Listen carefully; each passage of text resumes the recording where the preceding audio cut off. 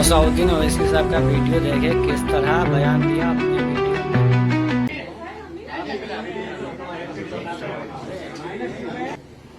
तो आपको ये इन्फॉर्म करना था और आपके जरिए से जनता को ये बात मालूम होती है, वो ये है कि आने वाली लोकल बॉडी में लोकल बॉडी इलेक्शन में एमआईएम पार्टी कंटेस्ट करेगी।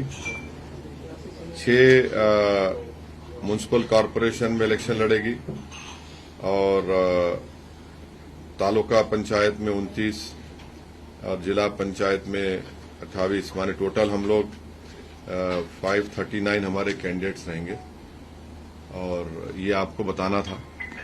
इससे हटके आपके ने कोई सवाल है तो आप जरूर सवाल कर सकते हैं। सर, पश्चिम बंगाल में एक व्यक्ति की जो है पश्चिम बंगाल पुलिस ने धरपकड़ की थी, वो जो है एआईएमआईएम पार्टी से जुड़ा हुआ बताया जा रहा है। 2011 का किस्सा अभी कोई ताल्लुक नहीं है। ये ममता बनर्जी का एलिगेशन आप लोग कैरी मत करिए। अपना थोड़ा होमवर्क ग्राउंड वर्क करके सवाल करें तो अच्छा रहेगा। Sir, uniform civil code Gujarat में लागू हुआ है। इसके अलावा असम में भी अमित शाह जी ने कहा है कि वहां पर भी सरकार बनेगी, लागू होगा, पर इसमें से आदिवासियों को जो है वो बाकात रखा जाएगा और यहाँ पर भी सर आदिवासियों को बाकात रखा जाएगा। वो अच्छा किया, मुझे याद दिला दिया। देखिए, यूनिफॉर्म सिविल कोड के बारे में आप लोग जानते हैं कि वो तो डायरेक्टिव प्रिंसिपल है, संविधान का फंडामेंटल राइट नहीं है। आर्टिकल 44 में उसका जिक्र आया है और क्योंकि आप लोगों की जानकारी के लिए मैं बताना जरूरी समझता हूं कि यूनिफॉर्म सिविल कोड के बारे में जब आप जाकर कॉन्स्टिट्यूएंट असेंबली का डिबेट देखेंगे तो उस वक्त बाबा साहेब अम्बेडकर ने वहां पर जो मुसलमान कॉन्स्टिट्यूएंट असेंबली में थे उन्होंने उसको, वो पहले ओरिजिनली आर्टिकल 38 था कॉन्स्टिट्यूएंट असेंबली डिबेट में, तो उसमें मुस्लिम कम्युनिटी के जो मेंबर थे वो लोग इस बात का मसला उठाए कि हमारे पर्सनल लॉस पर इसका इफेक्ट पड़ेगा। तो बाबा साहेब अम्बेडकर ने उस वक्त के जो मुस्लिम मेंबर थे कॉन्स्टिट्यूएंट असेंबली को, उन्होंने ये अल्फाज कहे थे, my second observation is to give them an assurance, माने मुस्लिम मेंबर्स को कॉन्स्टिट्यूएंट असेंबली डिबेट में जब संविधान बन रहा था, बाबा साहेब ने कहा कि I quite realise their feelings the matter but I think they have read rather too much into article 35 which merely proposes that the state shall endeavour to secure a civil code for the citizens of the country. It does not say that after the code is framed the state shall enforce it upon all citizens merely because they are citizens. It is perfectly possible that the future parliament may make a provision by making of a beginning that the code shall apply only to those who make a declaration that they are prepared to be bound by it, so that in the initial stage the application of code may be purely voluntary. Parliament may feel the ground by such method. Baba Saheb Ambedkar ने साफ तौर पर उस वक्त के मुस्लिम members को, जो संविधान बनाने कमेटी के मेंबर थे, कि इसको फोर्स नहीं किया जाएगा सिटीजन के ऊपर और उस तरह का कोड सिर्फ उन लोगों पर लागू होगा जो डिक्लेरेशन देंगे कि हम उसको मानने को तैयार हैं। ये बाबा साहेब अम्बेडकर ने कहा था। तीसरी बात यह है कि आपने तो इसको यूसीसी बोल दिया। ये यूसीसी नहीं है, यूसीसी पूरे देश के लिए होता है। तो गुजरात में जो इसको बोला गया है गुजरात यूसीसी, इसको उन्होंने 7th शेड्यूल कंकरेंट लिस्ट में जो एंट्री 5 है उसके तहत इसको बनाया गया है। अब इसमें है क्या, ये उत्तराखंड का जो कोड बनाया गया था उसका कट एंड पेस्ट है, ये कंप्लीटली वो है। चौथी बात यह है कि ये रिपोर्ट आपके पास है क्या? रंजना देसाई की रिपोर्ट आप मीडिया के पास है क्या? किसी के पास है? आपके पास नहीं है। पब्लिक को मालूम नहीं उस रिपोर्ट में क्या लिखा, जनता को पता नहीं कि उन्होंने क्या एसेस किया और उन्होंने रिपोर्ट सरकार को दे दी और सरकार ने असेंबली में इसको बिल लाकर कानून बना दिया, क्योंकि लोकल बॉडी के इलेक्शन है। जब रिपोर्ट ही किसी के हाथ में नहीं है, उन्होंने क्या फाइंडिंग्स दिए, कैसा दिया, उसका कोई जिक्र नहीं है।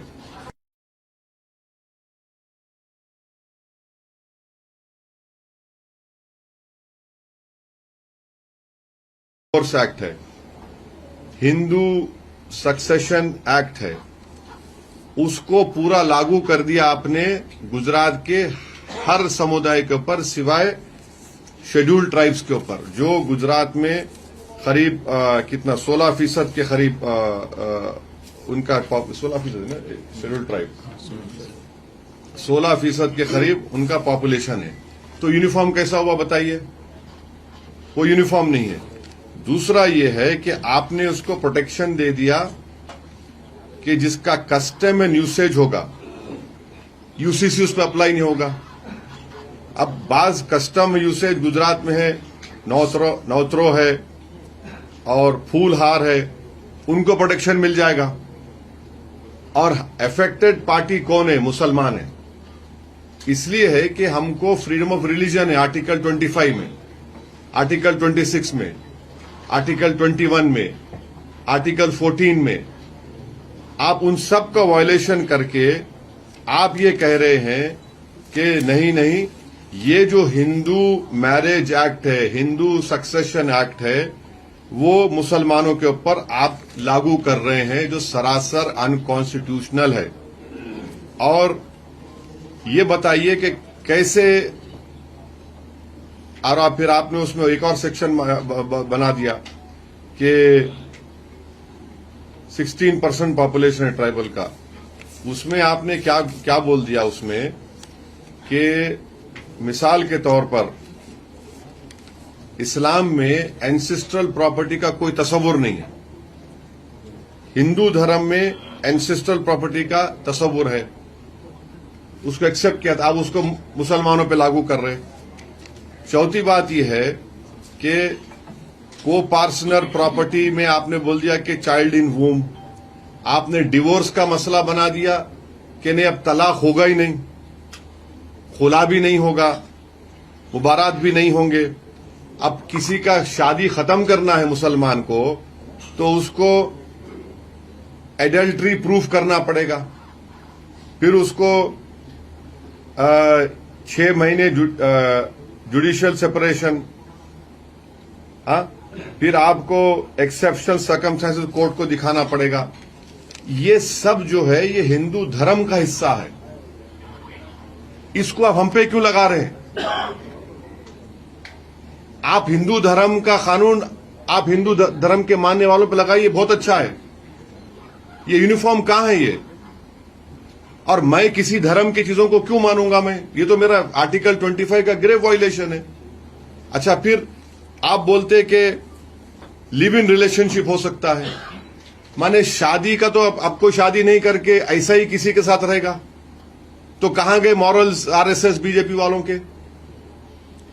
इस्लाम में तो हम किसी गैर महरम औरत को या किसी गैर महरम औरत किसी मर्द को हाथ भी नहीं लगा सकती, हाथ भी नहीं लगा सकते। आप बोल रहे लिव इन रिलेशनशिप करो, कैसा करो? रजिस्ट्रेशन करा लो उसका, फिर टर्मिनेट करना है तो उसका टर्मिनेट का वो करा लो। ये क्या बात है? सैंक्टिटी ऑफ मैरिज तो खत्म हो गया ना। माने आप बगैर शादी करे किसी के भी साथ रह सकते हैं, आप अपने सेक्सुअल रिलेशनशिप कर सकते हैं आप, वो तो इस्लाम के धर्म के खिलाफ है, वो तो हो ही नहीं सकता। और फिर आप बोल रहे मेंटेनेंस एलिमनी होगा, वो भी हिंदू मैरिज डिवोर्स एक्ट के तहत होगा। फिर आप उसमें बोल रहे कि सक्सेशन होगा तो हिंदू धर्म के मुताबिक होगा। इस्लाम में क्या है, अगर मेरे पास एक बेटा एक बेटी है, मैं उसका एक शेयर हिस्सा है, मैं 1/3 अपनी प्रॉपर्टी किसी को नहीं दे सकता, मैं 1/3 प्रॉपर्टी किसी को दे ही नहीं सकता मैं। और अगर मैं 1/3 प्रॉपर्टी नहीं दे सकता हूं, मगर आप अब क्या कर रहे हैं, क्योंकि हिंदू धर्म में विल पावर है, अगर आपके 2 बेटे हैं एक बेटी है तो आप एक को दे सकते पूरा प्रॉपर्टी अपना, इस्लाम में नहीं दे सकते ऐसा। तो ये कौन सा इंसाफ कर रहे बदो आप बोल रहे जेंडर जस्टिस, कहां का जेंडर जस्टिस हो रहा है?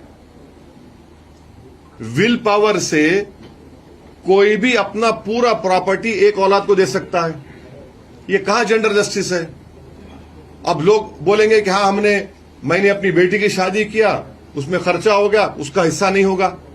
अरे भाई इस्लाम में तो ऐसा अलाउड नहीं है ना, इस्लाम में तो देना ही पड़ेगा। और भाई जेंडर, अरे भाई ये बताओ, इस्लाम में पहला धर्म था पूरी दुनिया में जिसने बेटी को अपने बाप की जायदाद में हिस्सा दिया। दुनिया का पहला धर्म है ये। कोई धर्म ऐसा नहीं बोलता जो इस्लाम धर्म बोला। अब बोलते ने बेटी को आधा नहीं मिलता। अरे बेटी को बाप की जायदाद में भी हिस्सा मिलता है, शौहर की जायदाद में भी हिस्सा मिलता है, अगर भाई का नहीं रहा उसमें भी मिलता। माने देयर आर 32 वेज वेर इन, माने उससे ज्यादा भी है जो महिला को हिस्सा मिलता है। आपने विल पावर लिख दिया, तो विल पावर के जरिए से तो आपने तो सबका नुकसान कर दिया। अब कहां जेंडर जस्टिस होगा बताइए? जेंडर जस्टिस होगा ही नहीं। और ये प्रॉपर्टी राइट्स जो इस्लाम में है उसको आप ये बोलते हैं कि जेंडर बायस नहीं, जेंडर बायस नहीं है उसमें, बिल्कुल जेंडर बायस नहीं है। आपने पूरा जितना डिवोर्स का तरीका था इस्लाम में उसको खत्म कर दिया। और आप ये बोल रहे हैं कि अगर इस कानून को कोई के बरखिलाफ काम करेगा तो उसको फाइन भी मिलेगा और उसकी जेल भी होगी। ये क्या है? ये लिव इन रिलेशनशिप आप बोल रहे कर लो, हाँ? और आप आपके धर्म का कानून मुझ पर क्यों लागू कर रहे हैं आप? ये इंसाफ है क्या बताइए आप? यूनिफॉर्मिटी है ही नहीं इसमें। आपके धर्म के लिए अच्छा है, बहुत अच्छा है, उस पर चलिए, हमारा कोई इतराज नहीं है। मगर आप कैसा बोलेंगे कि आपके धर्म के लिए अच्छा है, मेरे लिए अच्छा होगा? आप तो माने आप पूरा इसको Hindu code, marriage act, Hindu divorce act, Hindu succession act को आप सब पे लागू कर रहे हैं और 16% ट्राइबल को आप उसमें एक्सक्लूड कर दिए और जिसका कस्टम एंड यूसेज है उसको भी आप एक्सक्लूड कर दिए। तो ये सरासर गलत है, ये फंडामेंटल राइट्स का वायलेशन है। ये बीजेपी की जो नफरत की आइडियोलॉजी है माइनॉरिटीज के ताल्लुक से, इसका खुला सबूत है। और उत्तराखंड में जो है कट एंड पेस्ट जो Hindu marriage act, succession act में, उसको आप यहां पर लागू कर दिए। तीसरी बात यह है कि यूसीसी के ताल्लुक से इंडियन सक्सेशन एक्ट है, सेकुलर एक्ट है, आप अपना लो उसको। एडॉप्शन एक्ट है, अपना लो उसको आप। स्पेशल मैरिज एक्ट है, अपना लो उसको आप। मगर आप उसको छोड़ दे के ये सब चीजों को आप लेके मुसलमानों पे लगा रहे। मकसद एक ही है कि मुसलमान अपनी रिलीजियस आइडेंटिटी को खत्म कर दें, उनका कोई रिलीजन से ताल्लुक ना हो। अरे भाई, मेरी शादी आग के 7 फेरों से या फूल माला से शादी नहीं होती मेरे पास, क्योंकि कुरान में लिखा गया है कि खुतबा होगा, विटनेस होगा, उसके बाद मियां बीवी हस्बैंड एंड वाइफ बनते हो लोग। आप उसको भी खत्म कर देना चाहते हैं। तो सरासर ये जुल्म है, नाइंसाफी है। और हमको पूरा यकीन है कि हम जब कोर्ट में इसको चैलेंज करेंगे, हमको कोर्ट से उम्मीद है कि कोर्ट इंसाफ करेगा, क्योंकि ये आर्टिकल 21 का, 25 का, 26 का, 29 का ग्रेव वायलेशन है। और कहां यूनिफॉर्मिटी है? आप ट्राइबल्स को छोड़ दे रहे हैं और आप कस्टम एंड यूसेज के नाम पे उसको छोड़ दे रहे हैं। विल पावर आप देकर बोल रहे हैं कि भाई अब कोई मुसलमान भी अपनी बेटी को नहीं देगा, वो किसी को बेटे को दे देगा आपने। बल्कि विल पावर में ऐसा भी है कि बेटा बेटी को छोड़ के कोई घर के नौकर को भी दे सकता है। मैं घर का नौकर था, मैं नौकर दे दूंगा, बेटा बेटी कहां जाएंगे? नहीं, विल पावर है। ये जस्टिस तो नहीं हुआ ना। तो ये हमारा इस यूसीसी के बिल के ऊपर बोलना था। अब आपका एक और क्वेश्चन होगा, अगर आप इजाजत दिए तो वही बोल देता हूं मैं। ये आपका है डिस्टर्ब एरियाज एक्ट, वही बोलूं या आपको नहीं पूछना है? हाँ हाँ, नहीं, मैं खत्म कर रहा था। चाचा, मैं आपके पास आऊंगा। नहीं, बिल्कुल पूछिए आप, आपको पूरा सवाल पूछने का हक है, मेरे को जवाब देने का पूरा हक है। तो डिस्टर्ब एरियाज एक्ट के बोलता हूं मैं आपको। ये डिस्टर्ब एरियाज एक्ट में आप क्रोनोलॉजी समझिए, क्योंकि क्रोनोलॉजी का वर्ड अमित शाह उसको बहुत पॉपुलर किए थे। तो क्रोनोलॉजी ये है कि 1986 में डिस्टर्ब एरियाज एक्ट बनाया गया, क्योंकि उस वक्त राइट्स थे, और डिस्टर्ब एरिया एक्ट बनाया गया कि डिस्ट्रेस सेल रोकने के लिए। फिर 1991 में राम मंदिर बाबरी मस्जिद का इशू उरूज पे था, तो उसको फिर लागू किया गया। उस वक्त क्या था, क्या बोला गया कि कलेक्टर से परमिशन लेना सेल करने से पहले, और उसमें 2 कंडीशन थे, फ्री कंसेंट और रीजनेबल सेल प्राइस होना चाहिए। 1991 में 1995 से बीजेपी की सरकार आ गई, तो अब उस वक्त से परमिशन देना या नहीं देने का जो कलेक्टर के पास था वो रिलीजियस ग्राउंड्स पे शुरू हो गया कि public law and order disturb होगा, डिनाई करेंगे। फिर 1996 में हाई कोर्ट ने क्लैरिफाई किया कि अगर फ्री कंसेंट है और रीजनेबल वैल्यू है तो collector has no jurisdiction to further consider any other issue, और कलेक्टर अगर इन ग्राउंड्स पर रिफ्यूज नहीं करता है, माने कलेक्टर इसको नहीं देख रहा है फ्री कंसेंट रीजनेबल प्राइस, तो फिर कलेक्टर को इजाजत नहीं है, जुरिस्डिक्शन नहीं है।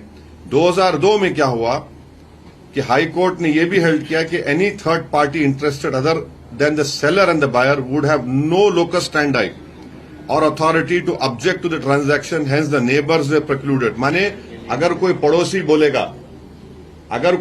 बोलेगा दो आप बेच रहे मैं खरीद रहा हूं, पड़ोसी को अख्तियार नहीं उस पर ऑब्जेक्ट करने का, 2002 का हाईकोर्ट का ऑर्डर है। 2010 में फिर हाईकोर्ट ने थर्ड पार्टी के ऑब्जेक्शन को डिसमिस कर दिया। एक हिंदू हित रक्षक समिति थी, उनका ऑब्जेक्शन रिजेक्ट कर दिया, मगर इसका मिसयूज चलता गया।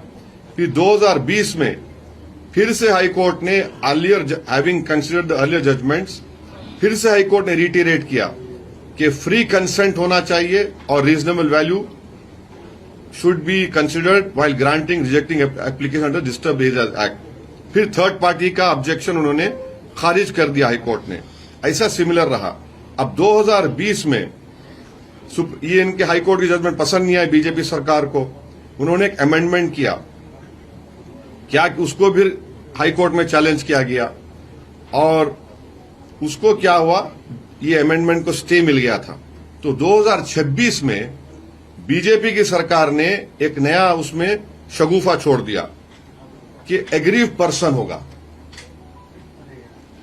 अरे भाई, एग्रीव पर्सन तो अब कोई भी हो जाएगा, अब तो सिर्फ मुसलमान नहीं है।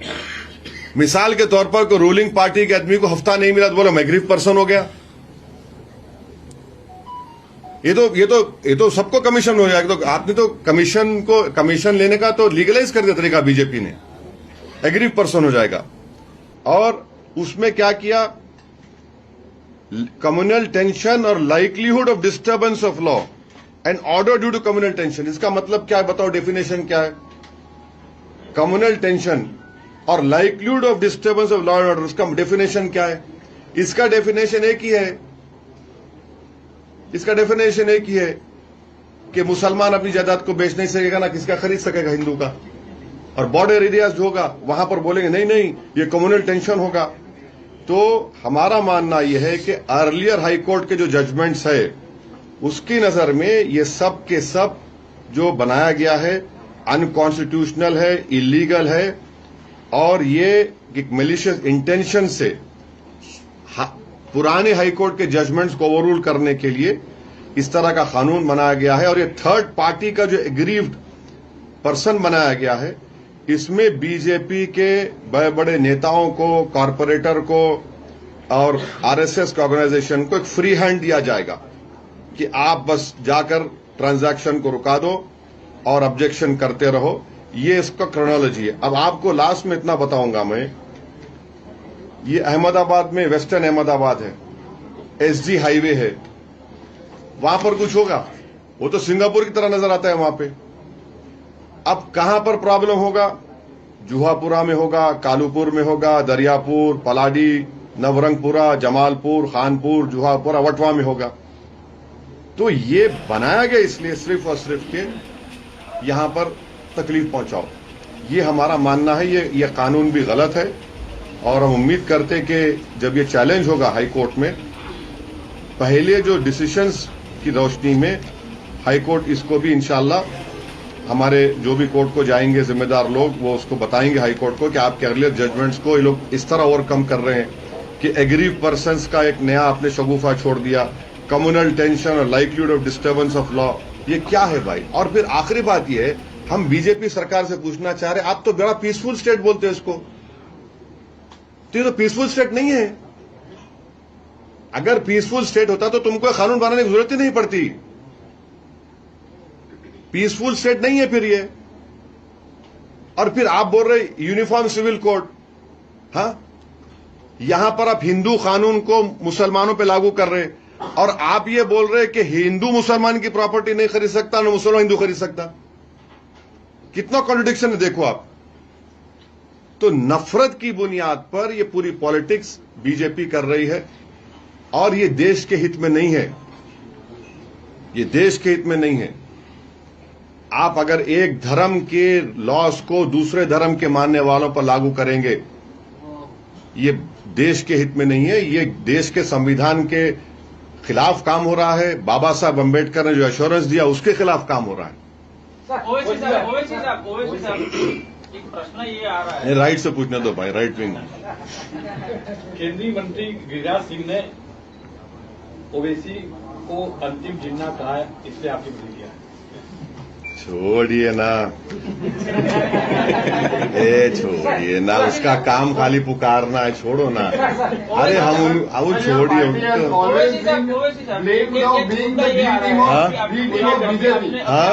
आपकी पार्टी को हमेशा ब्लेम किया जाता है कि आप बीजेपी की बी टीम हो, तो are you considering of working with the India alliance? No, your question, your are you B team of BJP? I am the original M team. I am the original M team. इसका मुस्लिम minority मत निकालिए, marginalise section का team हूं मैं। सुन, अब आप देखो, या तो आप कांग्रेस के बोल दो मेरे को, नहीं है ना आप, है क्या, है या नहीं है? नहीं है ना, सुनो फिर जवाब मेरा, मैं ओरिजिनल एम टीम हूं। दूसरी बात यह है कि आखिरी मर्तबा एक मुस्लिम एमपी गुजरात में कब जीता था? मैं तो स्टूडेंट ऑफ पॉलिटिक्स हूं। 84 चाचा, 84 अहमद पटेल, लोकसभा राज्यसभा थे एहसान जाफरी साहब। अच्छा चलिए, आपकी बात, अच्छा एक सुन, तो मेरे से बहस मत करिए। No don't comment, no listen to me, you want to. अच्छा ठीक है, अच्छा ठीक है। अरे ठहरो ना, आप मेरे को बोलने दो ना, हमको बोलने दो। तुम सवाल करो, हमको बोलने दो। नहीं, छोड़िए ना, हमको बोलने दीजिए। आप अपना एजेंडा लेकर आए तो अलग बात है। 91 से अभी तक कोई मुसलमान एमपी नहीं जीता। मान ली 91 नहीं जीता, मेरी वजह से? किसकी वजह से? आज देश की पार्लियामेंट में 4% मुसलमान एमपी है, किसकी वजह से? मेरी वजह से।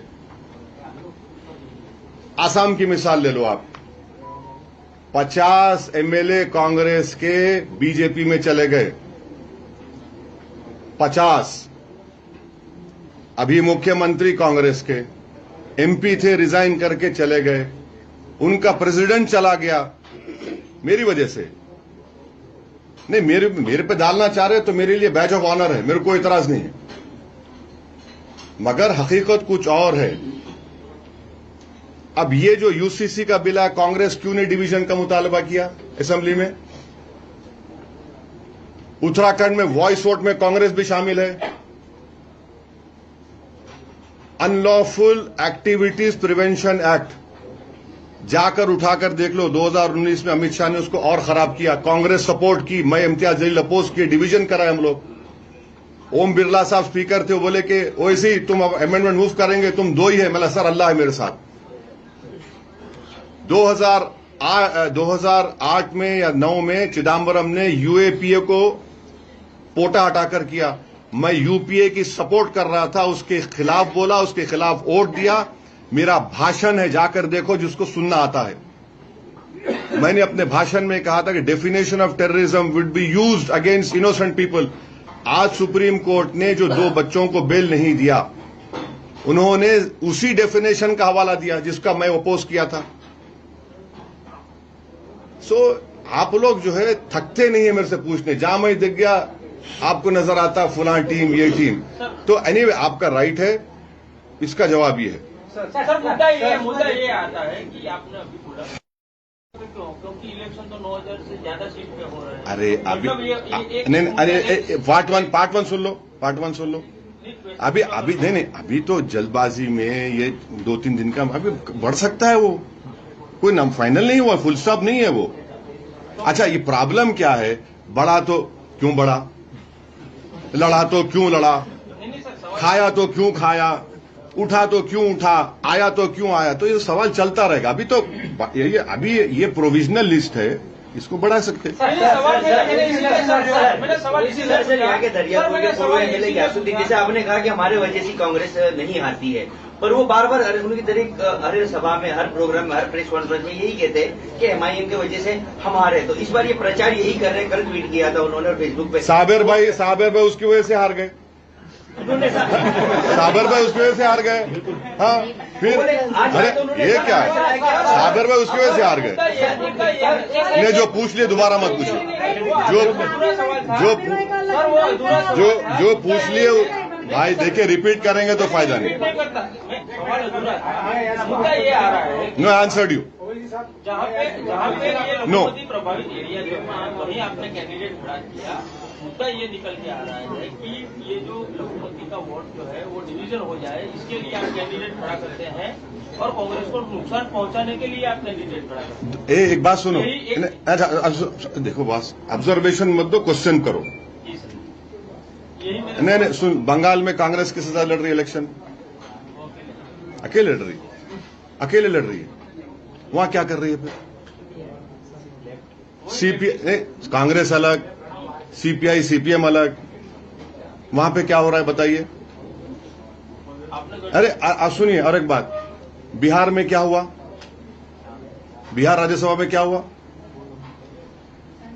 नहीं याद है आपको? याद दिलाऊं? अरे आपको सब याद है, आप जहीन आदमी है। सुन लिए, 5 एमएलए हमारे बिहार में थे। 5 एमएलए हमारे बिहार में थे। हमने कांग्रेस के 6, तेजस्वी यादव ने हमारा अख्तर उल ईमान से मिला के सपोर्ट करो। पहला तुम लोग डिसाइड करो, सपोर्ट करो। सपोर्ट किए। 6 में कांग्रेस के 3 गायब, आरजेडी का 1 गायब। मैं क्या पढ़ के फूका था बोल के है? हैदराबाद में जुबली हिल्स का बाई इलेक्शन हुआ, नवीन यादव हम सपोर्ट करें, वो जीता। वाइस प्रेसिडेंट ऑफ इंडिया का इलेक्शन हुआ, मैं 1 एमपी, कोई कांग्रेस का सीनियर लीडर मुझसे बात नहीं किया। हमारा चीफ मिनिस्टर मुझसे 2 मरतबा बात किए, रेवंत रेड्डी, मैं उनका शुक्रिया अदा करता हूं।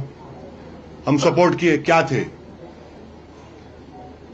चुनाव लड़ना मेरा राइट है, मैं कोई एनजीओ नहीं हूं। जीत हार लगी हुई है। आप 3 मरतबा नरेंद्र मोदी को देश का प्रधानमंत्री आप बना दिए। कितने सीट लड़ती है कांग्रेस पार्टी भाई? 400-500 लड़ते हैं ना। आप तो हरा ही नहीं पा रहे उनको। और बीजेपी के सत्ता में आने के बाद जितने कानून बनाए गए, उसको कांग्रेस वाले का घर टूटा क्या? किसके घर पे बुलडोजर लग रहा? किसको गोली मारी जा रही? किसके हिजाब पे सवाल उठ रहा? किसकी मस्जिद नहीं है बोला जा रहा है? अफेक्टेड विक्टिम तो हम हैं, और आप हमको बोल रहे हैं कि हमारी वजह से हो रहा है। मेरे को समझ में नहीं आ रहा है इसमें क्या विजडम है। प्रूफ तो ये है। सर एक साथ 3-4 सवाल पूछ रहा हूं। 3-4 नहीं, एक ही सवाल। एक नहीं, अभी 10 मिनट में खत्म हो जाएगा प्रेस कॉन्फ्रेंस। हाँ। सर बोटाद के अंदर आर्यन मुल्तानी किसमें? बोटाद यहाँ बोटाद आर्यन मुल्तानी पे पुलिस ने टॉर्चर करके अनलीगली उसको टॉर्चर किया था। उसको जिग्नेश मेवाणी ने विधानसभा में सवाल उठाया, फिर वो सुप्रीम कोर्ट में, फिर वो पुलिस वाले सस्पेंड हुए। सेकेंडली 4 तोड़ा कब्रिस्तान जहाँ 500 साल पुरानी दरगाह थी, वहाँ 25 मिलियन कॉर्पोरेशन ने उसको अनलीगली तोड़ कर ब्रेकअप करके, फिर उसको भी हाईकोर्ट के अंदर यही हिंदू नेता गए थे। और आपने भी साबरमती रिवरफ्रंट के लिए कचरे का मुद्दा उठाया था, उसके पिराना डंपिंग के लिए, फिर वही उसके लिए भी हाईकोर्ट के अंदर हिंदू जो जिग्नेश मेवाणी से ज्यादा लोग भी गए, उन्होंने मुद्दा उठाया। चौथा कि यहाँ पे जैसा भी आपने मकानों की बात करी, बुलडोजर की बात करी, 25,000 से ज्यादा बुलडोजर से मकान यहाँ पे गिराए गए। उस मुद्दे को भी मेवाणी और अन्य टीम जो हिंदू सीपीएम वो लोगों हाईकोर्ट सुप्रीम कोर्ट में लड़े, अप्रोच किया। वहाँ MIM का एक भी नेता एक भी सवाल नहीं उठाया। तो क्या ये इसको किस तरह देख रहे हो आप? मुस्लिम समाज की राजनीति कर रहे हो तो MIM का नेता नहीं गया, किसने आवाज उठाया? कोई नहीं आया। सभी साइड हम लोग गए, पूरी टीम हमारी गई, पूरी टीम गई है। सर किस तरह गए? कोर्ट से लेके मेरे नाम से कंप्लेन है। बोलिए इनको ज्ञान एक आदमी। और जहाँ भी जो तकलीफ पड़ी पूरी टीम हम लोग लेके गए, कोई जगह आज तक कांग्रेस नहीं आई है। बड़ौदा से MIM की टीम जंगलेश्वर में जितने भी मकान टूटे हैं वहाँ पे गए थे आर्थिक मदद पहुँचाने के लिए। सर जो भी है आप बोल रहे हो, जो एक बात उठाए संसद विधानसभा से लेके विधानसभा में हमारा कोई नहीं है ना मेरे भाई। जिस दिन आ जाएगा होगा, बहुत गड़बड़ होगी। आप कॉर्पोरेशन वो जो सर देखिए एक बात सुनिए, हम लोग कोशिश कर रहे हैं, उठा रहे हैं। आपको नहीं दिख रहा है तो मैं इंशाल्लाह आपका व्हाट्सएप नंबर दे दीजिए, हम आपको रोज भिजाते रहते हैं हमारा एक्टिविटी। चलिए, सोशल मीडिया पे एक्टिविटी है हमारी। हाँ, वेस्ट बंगाल में बीजेपी और कांग्रेस दोनों ही मालदा वायलेंस में AIM नहीं, सब बेकार बात है, झूठ है, कोई ताल्लुक ही नहीं है, गलत बात है। नहीं, मैं इनका सुनिए, आपका सवाल हो गया, बोलिए। हाँ, योगी आदित्यनाथ ने ऐसा कहा कि यदि एनडीए बंगाल में आएगी तो हम लैंड जिहाद और लव जिहाद नहीं होने देंगे। लैंड जिहाद होता है, लव जिहाद होता है, फर्टिलाइजर जिहाद होता है, जॉब जिहाद होता है, एनवायरमेंट का जिहाद होता है, मगर नौकरी का जिहाद होता ही नहीं है। बेरोजगारी को खत्म करने का जिहाद ही नहीं होता, गैस का जिहाद नहीं होता है। आपको मालूम गुजरात स्टेट पेट्रोलियम का कॉन्ट्रैक्ट खतर से है और खतर पे हमला हो गया उसके गैस रिजर्व्स पर, और उनका 20 to 30% प्रोडक्शन कम हो चुका है। स्ट्रेट ऑफ हॉर्मुज से हमारे कश्ती आ रहा है तो दोस्त है बोल के ईरान बोल रहा है, मगर 18 करोड़ रुपए टोल टैक्स लेकर छोड़ रहा है। जितना छोटे छोटे एस्टेब्लिशमेंट है, चाहे वो चाय की बंडी हो, खाने की दुकान हो, ये सब बंद हो चुके हैं। इस पर तो बात ही नहीं कर रहे हैं। खतर से गैस ले रहे तो उनको अच्छा लग रहा है क्या? वो जिहाद नहीं है। अब बताओ, आप इनका कॉन्ट्रडिक्शन देख लो आप। तो ये देश को जो समस्या है वेस्ट एशिया की जो क्राइसिस की वजह से, और एक डिल्यूजनल प्रेसिडेंट है ट्रंप, वो सुबह में एक बोलता, दोपहर में एक बोलता, शाम में एक बोलता, सो के उठ के एक बात करता है।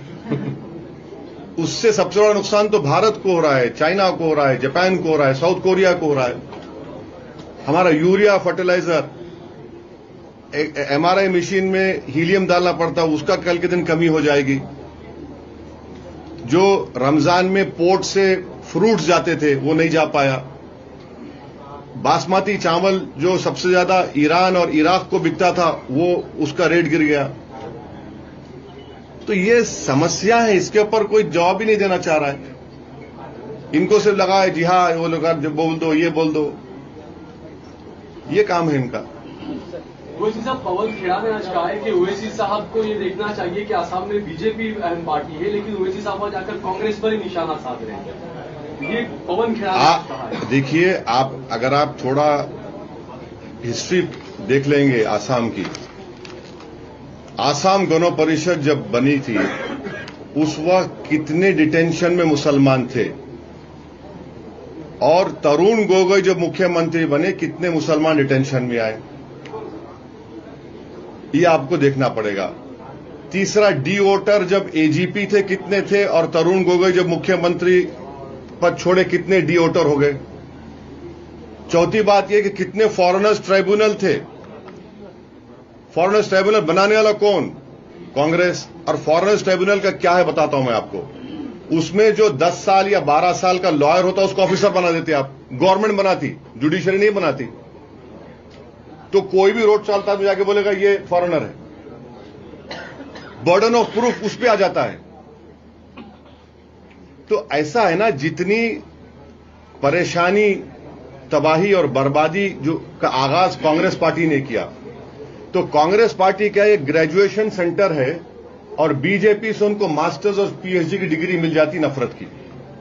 तो जो काम कांग्रेस ने शुरू किया, अच्छा अब ये जो 50,000 मुसलमानों को बेघर किया गया आसाम में, पूछिए कांग्रेस पार्टी से कि लैंड ग्रैबिंग एक्ट का वो मिनिस्टर कौन था? रकीबुल साहब थे, जो आप एमपी हैं डुबरी के। वही कानून का इस्तेमाल हो रहा है अभी। एनआरसी जब हुआ, लेट तरुण गोगोई साहब टुक प्राइड इन एनआरसी, और एनआरसी में 2 सेक्शन थे, ओरिजिनल ऑक्यूपेंट इनहेबिटेंट और नॉन ओरिजिनल। नॉन ओरिजिनल में मुसलमानों को डाला, कांग्रेस ने डाला उसको।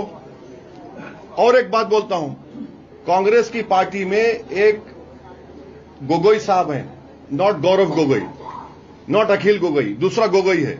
जब एनआरसी की लिस्ट आई थी, उस शख्स ने मुसलमानों के 20 लाख नामों को डाला कि ये सिटीजन नहीं है, वो कांग्रेस का अलाइज है अभी।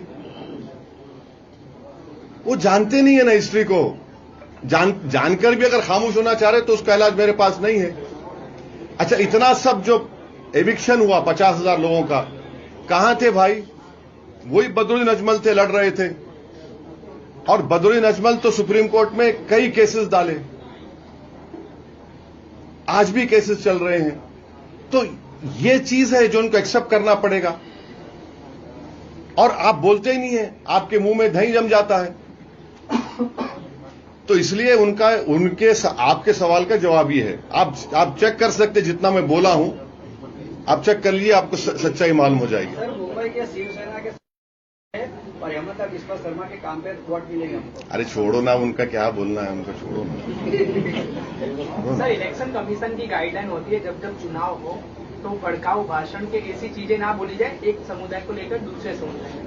तो भी कितने जो अभी चीफ मिनिस्टर हो के ऐसे पद पर रहे लोग भी इस तरह के घृणास्पद भाषण देते हैं, जिससे दूसरे यानी वोट प्रभावित हो। तो इलेक्शन कमीशन की भूमिका आप इलेक्शन के टाइम पर किस तरह देखते हैं? फिर कोई एक्शन होता नहीं है, खाली प्रेस कॉन्फ्रेंस के दौरान खाली बातें होती है कि हम ये एक्शन लेंगे, हम ये एक्शन लेंगे। तो क्या ये मेरा मानना ये है कि मॉडल कोड ऑफ कंडक्ट का वायलेशन नहीं होना चाहिए। उसके स्पिरिट को समझने की जरूरत है, और अगर कोई उसका वायलेशन करता है तो इलेक्शन कमीशन को उसका नोटिस लेना चाहिए। शायद आप ये पूछना चाह रहे थे कि प्रधानमंत्री ने राजस्थान में 2024 के चुनाव में कहा था कि किसका मंगलसूत्र छीन लिया जाएगा, गाय और भैंस छीन लिया जाएगा। तो ये भी एक है। तो आपकी बात सही है, मैं आपसे एग्री करता हूं। सर, जो सरकार है उसमें हेमंत विश्वास ने अभी जो एक कम्युनिटी को टारगेट करके जो किया, तो that should have been taken as suo motu cognizance by the Supreme Court, but it has No, you are wrong. You are wrong. You don't know. Mr. Badruddin Ajmal had gone to the Honorable Supreme Court. The Supreme Court has given an order. I can show you also. उसमें supreme court ने एक order दिया है कि अगर कोई forest land पर है तो उनको अल्टरनेट जगह दिया जाए। और हाँ, वो केस आपको बोल देता हूं ताकि आप चेक कर सके। हाँ, वो केस है बदरुद्दीन अजमल साहब डाले, Jamaluddin versus Union of India. Honourable justice Ghatnam और श्री नरसिम्हा और honourable justice Atul C Chandurkar का ये अभी पेंडिंग भी है।